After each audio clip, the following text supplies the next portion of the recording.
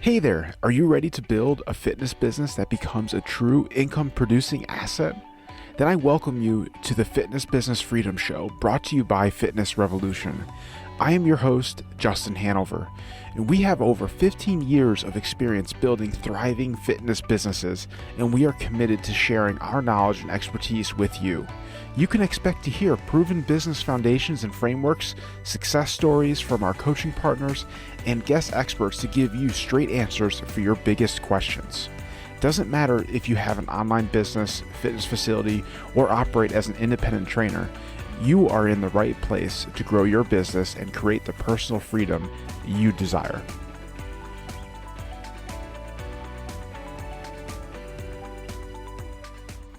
Welcome to today's episode. I'm your host, Justin Hanover, success coach with Fitness Revolution.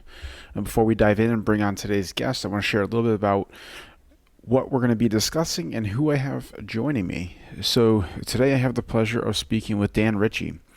And Dr. Dan Ritchie started his fitness career at Southeastern Missouri State University with a bachelor's degree in fitness and sports medicine, and then spent a year as a graduate assistant coaching Division I athletes. He completed his master's degree in health and physical education at the University of Wisconsin Whitewater, where he won the 2002 Thesis of the Year. Since 2007, Dan has owned and operated Miracles Fitness in West Lafayette, Indiana, where he and his staff have trained over 2,000 clients. With over 20 years of experience, he has extensive knowledge on training the mature adult market and has equipped people in their 50s, 60s, and 70s and beyond to achieve their goals and enhance their functional longevity. Dan has won the 2014 PFP Trainer of the Year, and then shortly after, he and Dr. Cody Sipe co-founded the Functional Aging Institute. And within our conversation, Dan hit on some powerful points on serving the baby boomer generation. If serving the demographic with the largest buying power and time availability matters to you, then you will find amazing value in this episode. We got into marketing and understanding what to put out there to even attract this demographic, to the types of offers that actually work. Then, if you aren't already serving this demographic, Dan shares his functional aging certification and how it will ultimately allow you to serve this population and grow your business. So, with that being said, let's bring Dan on and dive into this powerful conversation. So today's episode is brought to you by Fitness Revolution. You started your fitness business and you've been in the game now for a few years. You might have even seen some good growth over those years, but now you feel stuck. You feel like the momentum you once had just isn't there, and you don't know how to get it back. Should you be focusing on your marketing, your sales, or your team? What is the next bottleneck to focus on that will allow you to break the chains holding you back? That is a great question, and one of the biggest skills as an owner is to be able to understand and identify the next biggest issue to keep the business moving forward. And that is exactly why Fitness Revolution has created our proprietary needs assessment to allow you to quickly see where your business stacks up and receive immediate feedback on what to focus on next. It's a quick 10-question assessment that will be able to provide valuable feedback to get past sticking points and hitting your next goal. Whether you are stuck or just feeling frustrated with your current progress or want to dial in what's even working, this assessment is the first step to making that happen. I invite you to head over to the show notes where a direct link to the needs assessment will be so you can easily access it there. Now, let's jump into today's show. Dan, thank you so much for taking the time out of your day to spend it with us, sharing your insights and wisdom in helping other gym owners and fitness professionals exceed in their careers. Yeah, thanks so much for having me. I love doing these. Absolutely. It's my pleasure. So let's start with again, giving our listeners some background context on you and how you that 1,000-foot overview of how you became the Dan that we're speaking to today. How did I get to where I am when I'm all grown up? I started out wanting to train athletes, and I did that for a year as a Division I strength coach at Southeast Missouri State. And fortunately, it only took me a year to realize I don't want to do this for the rest of my life. This is not what I want to be when I grow up. And so I moved on to complete my master's degree somewhere else. And during that time, I moved to Wisconsin. So I've kind of been doing the Midwest tour. I I fell in love with training people in their 40s and 50s, and this is 20 years ago. And so who were those people in their 40s and 50s? Well, they were baby boomers, and they were coming looking for help, and a lot of them weren't coming with your typical fitness type thing or weight loss, right? They're like, I want to keep water skiing or downhill skiing or playing softball at a high level. And one golfer in his 70s who was a senior, I want to tie my shoes, right? And so I sort of fell in love with that, and I realized I want to learn more about this, because this is not what I was exposed to in my degree program, right? It was very much focused on athletic training, personal training, sport performance, be a strength coach, young and healthy, right? Yeah. Not that to be older can't be healthy, but that was just sort of the focus. We're going to focus on the fitness world. And so I came to Purdue University, where I got my PhD, and all I did was study people over the age of 65, right? I was like focused on why are people falling down, and how can we improve balance, and how can we train for functional ability to limit injuries, and those sorts of things. So a different perspective. And along the way, in 2007, I opened Miracles Fitness. So we're a training studio with an average age client of 63. We've been here for 15 years. We've trained over 2,000 clients now, and that really sort of became the birthplace, or the experimental lab, if you will, for the Functional Aging Institute. Right? How do we train people in their 60s and 70s for the best function, right? Not the best fitness. And we've sort of shifted our focus from fitness to function. How can we ensure that people in their 60s and 70s have the best functional ability, so they can do everything they want to do, like to do, enjoy doing, dream to do in life for as long as possible? So that's kind of how I got to where we are today. It's a culmination of over 20 years and a lot of clients and a lot of experiences and a lot of research.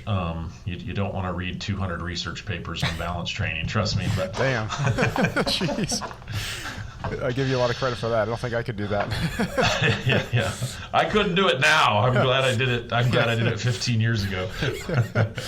Damn. Wow. Okay. Well, thank you for taking us through that journey and that process. I think it's always great to hear how things unfold.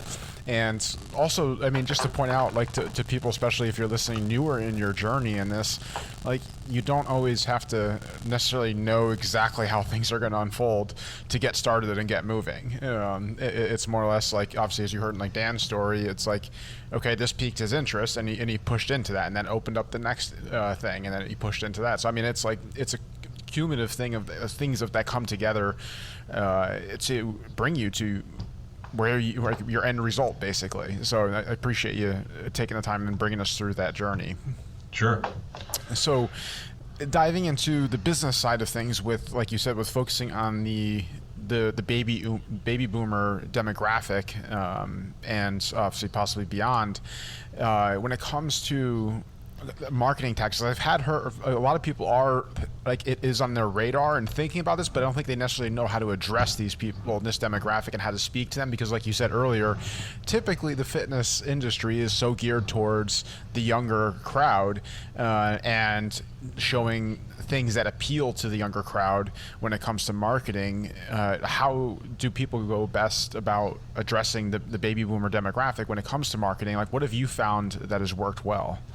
Yeah, it's a great question, and we could probably spend a lot of time just on that question and topic, because when we look at the history of the fitness industry, it's not that old. In fact, some people argue, it was birthed in the 70s. Some people say really in the early 80s. Now, it certainly goes back to the 20s and 30s, but really, if you look at 1970, there weren't very many health clubs. No. They just didn't exist, right? It was the extreme bodybuilder type, or the extreme fitness enthusiast, or the extreme runner. There just weren't very many. And then guess who started getting older in the 80s, and all of a sudden the health club industry exploded? Well, it was the baby boomer that really started the health club industry explosion.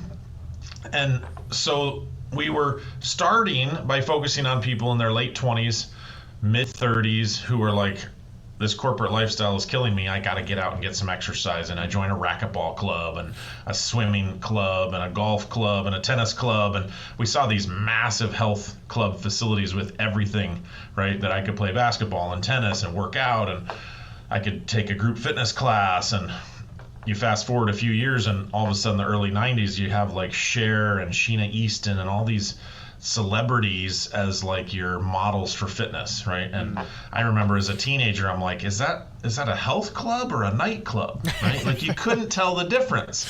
Yeah. But you realize their core focus was the baby boomer, right? It was that person sort of 28 to 42, right? And I think we've stayed stuck there. Right, the fitness industry has stayed stuck on this core client, 25 to 45, who wants to look good, wants to lose weight, wants to be sexy, wants to attract a mate, all of those things, and sometimes we even get lost in the wait. Are we a health club or a nightclub, right? And it's like, wait a minute, the core customer who sort of started that craze is still around. We're just not going after her. Yeah. Right, we're not paying attention to the woman in her 60s and 70s because we think she's not interested in fitness. She won't sign up for our program, right? Because she's gotten too old or too slow or doesn't care about her appearance or vanity or whatever, all of which are wrong and incorrect, right? A 60-year-old woman still wants to be attractive, still wants to lose weight, still wants to look good, still wants to have good function and fitness, all of those things, right? Maybe she's not as concerned about being in a bikini as she was in her 20s, right? Yeah. And so I think, by and large, we just don't understand the demographic, and we lump them in to sort of the wrong cluster, and we think, oh, someone who's 65 is a senior, and I always say that's the biggest mistake we make, because I don't believe people turning 65 think of themselves as seniors. They think of their parents as seniors, right? And so if you ask a 64-year-old, hey, when you turn 65, you officially technically become a senior, whatever that means, right? Well, you can sign up for Medicare, right? But that doesn't mean you think of yourself as a senior, right? And I think that has changed. And so I tell people the baby boomer demographic is 57 to 75 here in 2022, and they're turning a year older every year. In 2024, the last of the boomers, the youngest of the boomers, who don't think of themselves as boomers, right, will be turning 60. And they don't think of themselves as boomers because the people on the edge of those generations typically don't fully identify, right? So that makes sense. Don't think of themselves as Gen X either. They're like, oh, I don't know where I fit. It's like, well, technically you're a boomer. So we realize that's a wide demographic too, right? A 57-year-old doesn't think like a 75-year-old, right? They certainly don't. So we have to be careful with terms and what we label people and all those sorts of things. But we look at this demographic and we realize there's over 40 million women in this demographic who are being completely ignored by fitness marketing. I mean, if you want to dominate a segment of your market, wouldn't you want to dominate the segment that has the most money and the most time? Yeah, I would. Yeah, so that's why I think the baby boomer is kind of misunderstood by the fitness marketer. We mismarket to them because we think they're older than they are, right? A 60-year-old thinks they're 49. And so when we market something to them that looks 65 and senior-ish, silver sneakers or golden fitness or Zumba gold. You see these terms, the 60-year-old is like, well, that looks great for my mom, right? We've missed them by a whole generation. And so it can be really easy to miss this market completely. And it's a huge market. People say, oh, the Functional Aging Institute, Dr. Dan, that's nice. You're in that senior fitness niche. And I'm always like, well, if the niche is where 90% of the economic spending power for fitness is, sure, that's the niche we're hanging out in, right? When you look at the 50 to 80-year-old clientele, you realize that's more than 1 out of 3 people in every market, and they control about 80 to 90% of the spending power and wealth in that market. So it's not really a niche. Yeah. It's the place to be. Well, I guess that's when you start putting facts out there. It's hard to deny that. Well, and I'm guessing a lot of people listening right now they're probably going, yeah, you know what? Some of my best clients are in their 50s and 60s, and they have money, and they don't complain about the price, and they show up, and they're loyal, and they don't miss a session, and all of a sudden you're like, wait, shouldn't you be focused all your marketing efforts on getting more of them? Yeah. Right? And you might even be saying, I'm not sure how I got the first 55-year-old client I got, but man, they're the best client. So, and then you brought up a good point of how, like, if you try to actually speak to them maybe at that 60-year-old age or 65-year-old age, that they don't identify with that age, they see themselves as younger. Where do you land then when it comes to the marketing message of like the actual words, or how do you describe that person or describe their lifestyle or pain to them if they don't necessarily identify with that age?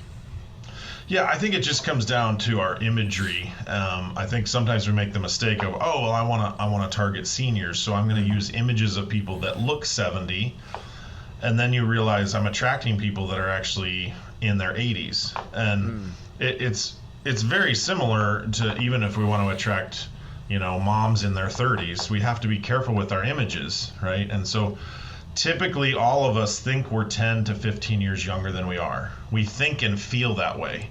And so if you put a message out to me, right, I'm 46 years old. If you put a message out to me, we're looking for men in their late 40s, early 50s that want to, I'm like, well, I'm already done, right? I'm going to pass right by that because oh yeah, that's right. I guess I am in my late 40s, right?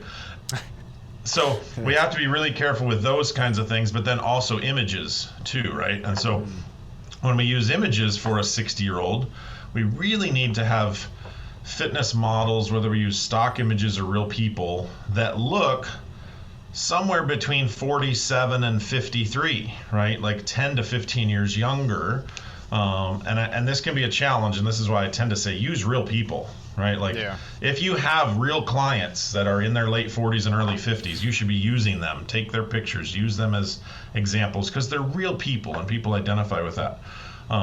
So just be smart about that, and then we don't have to use age language, right? So just have your program talk about how it impacts lifestyle and functional ability and your ability to do the things you need to do and have more energy. I like restorative words, things like restore and renew and revive and reboot, right? A 60-year-old is like, oh man, yeah, I do need to restore my strength and my balance and my energy, right? But it's a positive twist on, instead of, hey, are you falling apart? You don't have much energy. We can help you. Let's make that a positive. Our program will help restore and renew your energy, your strength, your overall fitness, your ability to play golf and do all the things you want to do. And so let's focus on the positives, because people see that as an opportunity. Like, oh yeah, man, I'm turning 60 this year. It probably is time that I start rebuilding my strength and my fitness. Yeah. No, that makes complete sense. And like, obviously, like, you make a really great point, and I think, and when you started like rattling off all the words like rejuvenate and stuff like that, it made me like instantly think of like an Olay commercial or something, and like I would assume that they're probably targeting someone of a similar demographic, and like they don't use things like you said of like if you have old dry skin, like exactly right. They know who they're speaking to, right, and they do it in such a way that that person identifies with it quickly, right? They don't say, hey, you have knee arthritis, so because of that you're not doing this. It's more of, let's talk about how can we enhance, improve, and restore your knee movement, your knee mobility, your lower body strength. How can we, reboot your fitness? And people hear those things and they're like, yeah, I want some of that, right? I want to regain the strength of my youth. Well, when you say regain the strength of my youth, someone in their 30s and 40s is probably not going to be like, right? But someone in their 50s and 60s will be like, regain the strength of my youth. Sign me up for that. Like, I'm interested. Tell me more, right? Really, at the end of the day, our marketing is to just get someone to say, hey, I want to learn more about that. Tell me more, right? Who can I talk to? Who can tell me more, right? We don't expect our marketing to have people just sign up for a year-long program. That's not how fitness works. But if we get people to go, hey, I'll put my hand up to learn more about that, then our messages are working. Absolutely. Definitely agree with that. And I know you've found that also, like, really the sweet spot too is focusing on the women in this age group. And out of curiosity, like, have you tried marketing to men and compared the difference? And obviously this is where you landed on women. Yeah, you can have a lot of success with men. I think you have to be almost more targeted. So golfers are a great target. Male golfers typically will spend 2, 3, 4 times as much on golf as they will on fitness. But fitness enhances their golf, so it's an investment in their golf game. If they're spending 20 grand a year on a golf membership, you definitely want to get in front of them, right? Because you're going to be a great solution for their hip pain, their low back pain, for I can't hit the ball as far. On the 15th, 16th hole, I just run out of gas. I can't play 27 holes, all those sorts of things that older golfers are starting to have trouble with, and there are a lot of guys in their 60s and 70s. That's all they want to do, right? They're like, man, I'm finally out of the office. I can be on the golf course 3 days a week, but my body isn't letting me golf as much as I want. So I think that's a specific male target. What we've found overall, really over the last 5 years, is that when you market to boomer women, you get a higher conversion, a higher response, a lower lead cost, and a much more likely client. For what we've seen, 3 reasons. Women, by and large, know they need help. They've tried lots of programs over the last 30 years. They've been health club members. They've been Jazzercise members. They maybe were a group fitness instructor. Yeah. They care more about their health than men. And they don't have this belief that they're invincible. Right? Like they know at whatever age they're at, whether it's 55, 65, or 75, they know they're not invincible, and they know they need to take care of themselves. And for many of them, they've spent the last 30 years taking care of everybody else. That's true. And so now they realize, I have got to do something to take care of myself. Whereas men still think they're invincible, literally till the day we put them in the grave, unfortunately, right? At 78, I'll figure it out on my own, right? Yeah. It's like, really? How's that working for you, Bob? So there's still a little bit tougher customer to win over, right? It costs a little bit more to get them. The lead conversion is a little bit tougher because there's just this male attitude of, I don't need somebody to tell me how to do it. I'll figure it out, and they've been figuring it out for as long as they've been around. So it's just like, I think we see more women as personal training clients in their 30s and 40s. We see that trend continue in their 50s, 60s, and 70s. The cool thing is the women will often bring their spouse. That's and true. So yeah. if you focus on going after boomer women, you will get their spouse over time. You'll get that referral, because a year later, if their fitness is transformed, right, and they're like in the best shape of their life in the last 10, 20 years, we've created a fitness gap between them and their husband. And their husband will not like that, right? Yeah. They will be like, what in the heck is going on, right? Like, That's true. So that in and of itself is a great referral system. And what we have found is that, our number one way for getting male clients is we get them from their spouse or their significant other. That's true. I mean, and obviously, if the guy's going to listen to anybody, it's going to be his wife. Yeah, and if they go on a trip and she can do stuff and he can't keep up, right? Or if they're golfing or whatever it is, they're taking a walk on the beach or they're playing with the grandkids, and she's got more energy, more strength, more balance, more athletic ability, all of a sudden it's a wake-up call to him, like, I guess I'm going to have to do something because whatever you're doing is working, and so it's a pretty powerful thing that way. And I think couples start to realize, you get into your 60s and early 70s, you realize our physical ability needs to match. Yeah. This becomes a problem if one of the spouses wants to take adventure travel trips and the other one's like, I just want to stay home in the rocking chair, right? Like that's not a good fit. No, definitely. Okay, so talking about the marketing, like you mentioned, like the point of it obviously is to just get them to pique their interest and get them to raise their hand. Now taking it beyond that and crafting an actual good offer that gets them off the sideline and wanting to actually experience it. What have you found in terms of like offers that works and like have you had to like for people listening, do they really have to necessarily change a lot about how they actually facilitate their program? Not really. Most personal training places already have programs.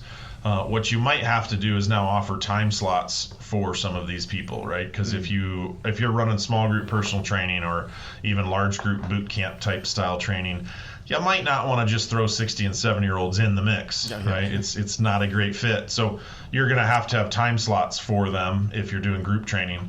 If you're doing one-on-one, then it doesn't really matter. You're going to throw them in the one-on-one schedule, wherever it fits. The beauty of this for a lot of businesses is that now you're going to have clients that want to train with you at 9 a.m., 9:30, 10, 10:30, 11, 11:30, 12, 12:30, 1, 1:30, times that typically are harder to sell to people in their 30s and 40s and 50s because they're working, right? Yeah. And these clients are like, I want to come in at 9:30. You're like, okay, great. We've got openings. Or I want to come in at 10, 10:30. I want to come in before lunch or after lunch. So that's a nice bonus. You can fill up your studio with a lot of 60 and 70-year-olds who have a more flexible schedule. And I think that's a huge plus. I really like small group training for this age range.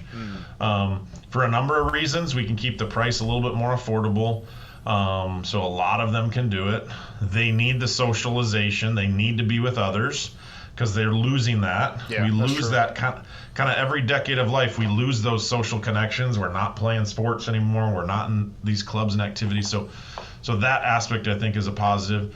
And then you'll have clients that want one-on-one and they'll pay for your most expensive program, because they just want the best. Yeah, definitely. I mean, if you look at the vast majority of expensive car companies, right? BMW, Acura, Mercedes, who are they marketing to? Primarily boomers that want a premium experience, right? I mean, now, obviously, they're getting people of all ages, but you look at even how they've redesigned some of their cars, and they've redesigned it with a 60 and 70-year-old in mind, know. And so there will be some that want your most expensive. They'll be like, well, I'll do the most expensive program. But I think also 30-minute training sessions are really effective for this group. So if you're a studio that only does hours, I'd strongly encourage you to think about some 30-minute program designs because an hour is too long for some of them. Yeah. Right? I mean, you get a 70-year-old woman who hasn't worked out in 20 years, and you're going to put her into an hour training session 3 times a week. You'd probably be better off with a half-hour session 3 times a week. Yeah. Okay. That makes complete sense. And like I said, it's all with the end user in mind. Now, in terms of like front-end offers, is there anything in particular that you found grabs their attention more? Like, is it a month intro, or like what have you found that it kind of makes them feel comfortable and want to take that first step? Yeah, we've probably tested 3 different offers consistently. They all seem to work. 21-day offers work really well, and that's where I talk about things like a 21-day fitness reboot or a 21-day fitness restoration transformation program, right? We'll do a 21-day functional strength and longevity program, and any of those you can do in 28 days as well. So either or work. I have found there's really not much difference. The 28-day you're going to charge a little bit more for. You're going to have them a little bit longer. Yeah. And then the other thing that we do is, and we experiment with this, 3 to 5 free sessions. People just need to try it because, again, we have to think about a 67-year-old female. Let's think about her. So 20 years ago, she was 47 in 2002, and she might have been a health club member, and she was starting to feel like, man, I just don't have time for this. I got to get the kids through high school. She got too busy. She went through menopause. She gained an extra 20 pounds. I can't show my face in the health club again. And 20 years have gone by. And here she is at 67, and she's a skeptic, right? She's like, man, it's been 20 years since I've been in the health club. Nobody can help me, right? I've gained 20 more pounds. I wasn't in good enough shape then. If she tries it, she'll be hooked, right? So sometimes just letting people try 3, 4, 5 sessions. I always say you have to typically let them try more than one, because one is just enough for them to be like, oh man, this was too hard, or not quite right. It's sort of like let them try 3 to 5 sessions, fall in love with it, and then usually they'll be hooked. And so we go back and forth, and we'll do both.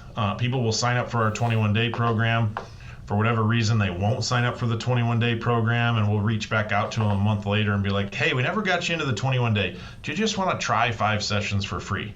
And then they'll be like, really? What's the catch? No catch.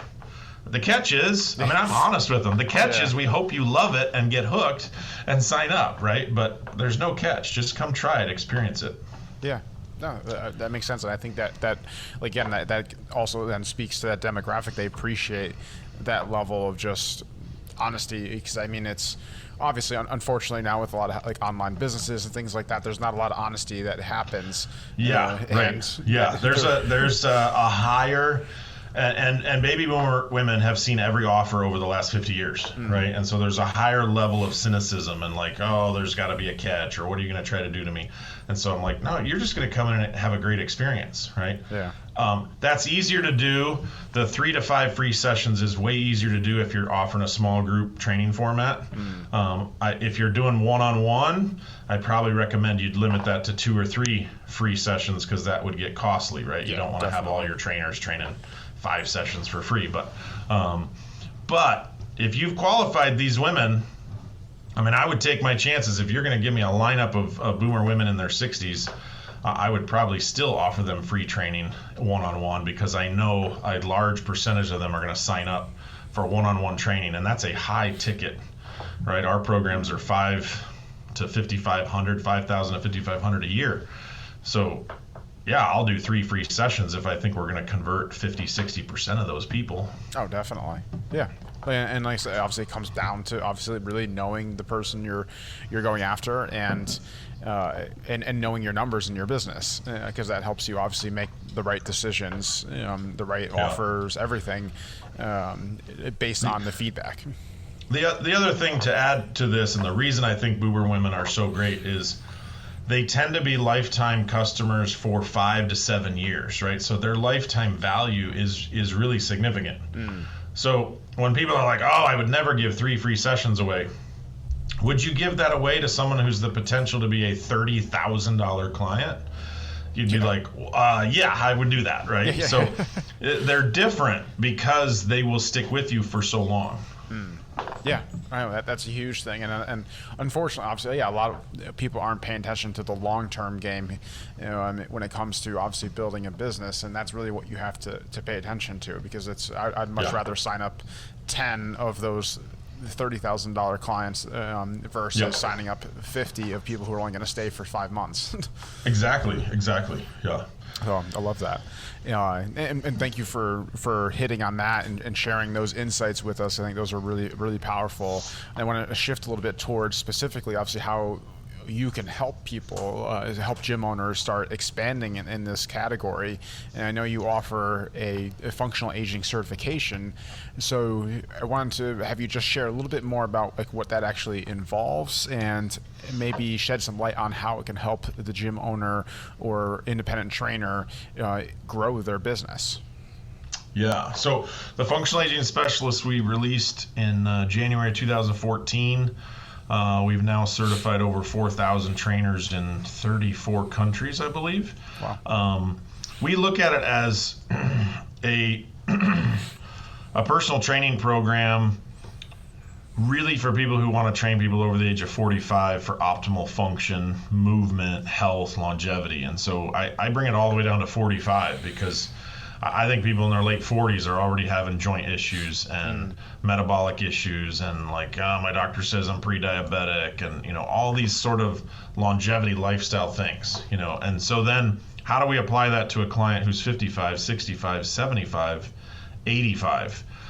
And the functional aging specialist just gives you a framework, a theoretical model for how do I train these people really well? How do I give them a great workout? How do I make sure they leave feeling better than when they came in, and that 6 months from now they're on a better physical trajectory than where they are today? And so it gives you the tools then to help you design programs so you're going to be less likely to hurt people, because that's the big fear, right? Like, I don't want to hurt somebody's grandma. It's like, no, of course we don't want to hurt grandma. We want to make her an all-star, right? We want to have her running around on the playground, playing soccer and sports with her grandkids. And so how do we enhance her functional ability and do it in a safe way, right? And really empower her to be the best she can be. Definitely, absolutely. I think that's all important. And yeah, and I think that that is a big reason as to why, especially a lot of younger trainers or gym owners don't necessarily push into this category, because, like what you just said, I mean, they're afraid. I mean, they don't know. Like they're thinking that they have to maybe treat them completely different than what they're capable of. And I mean, for the most case, it's not necessarily like that, like you said, and it's a different end outcome that they're after, and changing that perspective is really powerful. And obviously, with what you mentioned earlier in the episode, that I mean, this is the most lucrative demographic to be able to approach. And then being able to add this and speak to them and to offer a program that services these people, clearly, obviously, is going to expand your business and grow you a lot further and faster than just staying in that typical demographic where everybody's fighting for. Yeah, that's the other thing. There's a big lack of competition in this demographic, especially if you're doing it well. We run Facebook ads to women over 60, and they're almost skeptical or shocked. Like, did you mean to be looking for women over 60 to apply for your fitness program? Right? You know, it's like, yes, we mean to find you. So yeah, if you do well in this age range, you do become a category of one in a crowded market, because everybody's doing fitness for people under 50, and there's 9 different ways to do it, right? And there's a new yoga studio with a different flavor that opened up, and now there's this hot studio, and now there's a 24/7 club with it's not staffed but has virtual workout. I mean, there's everything, you know. And so you got to compete with Planet Fitness, which is like $9 a month, and there's free pizza and donuts. You know, well, gee, that's tough to compete with. Yeah. So go after the clientele who's going to be loyal, be willing to spend a little bit more, and stay with you for years. Then you can spend a little more money to even get that customer, you know. And so I'm more of the mind of dominate the market in that 60 to 75-year-old age range, because that's really where the money is in your market. They're recession proof. You know, they're financially much more stable, and in most cases they have more time, right? They're just more available, and so when they commit, they can, you know, fit it into their schedule a lot easier. So I think as a whole, we still underestimate how busy people are, right? We're like, man, we can't get people to commit to a 3-time-a-week training program. It's like they have no margin in their life, right? If they're raising kids, they got to go to work, they got to get Johnny to soccer practice. It's like, where am I going to fit in a personal training session? Well, instead of fighting that, let's go after people in their 60s and 70s that they don't have any kids at home. They're retired to semi-retired. They have more time, and they're realizing, I got to do something. I can't just, you know, stay inactive. Yeah, no, definitely. I mean, you make very solid points, and I hope, like, for you listening to this is like piquing your mind or expanding the way that you've been thinking about things and how you could be conducting your business and who you're serving, because you very well could be missing the mark with how you're going about it. And for those that are interested in wanting to check out the functional aging specialist, where can they go and get access to that? Best place to go is our website, functionalaginginstitute.com. Pretty quickly, we'll offer them a free starter kit where you can get some free information. And then you just click on our certifications tab to find the functional aging specialist. Or if you're a group training studio and everything you do is large group, you might want to start with the functional aging group exercise specialist. But yeah, it's right on our website. Awesome. And we'll definitely be sure to have that in the show notes for you guys to easily access that.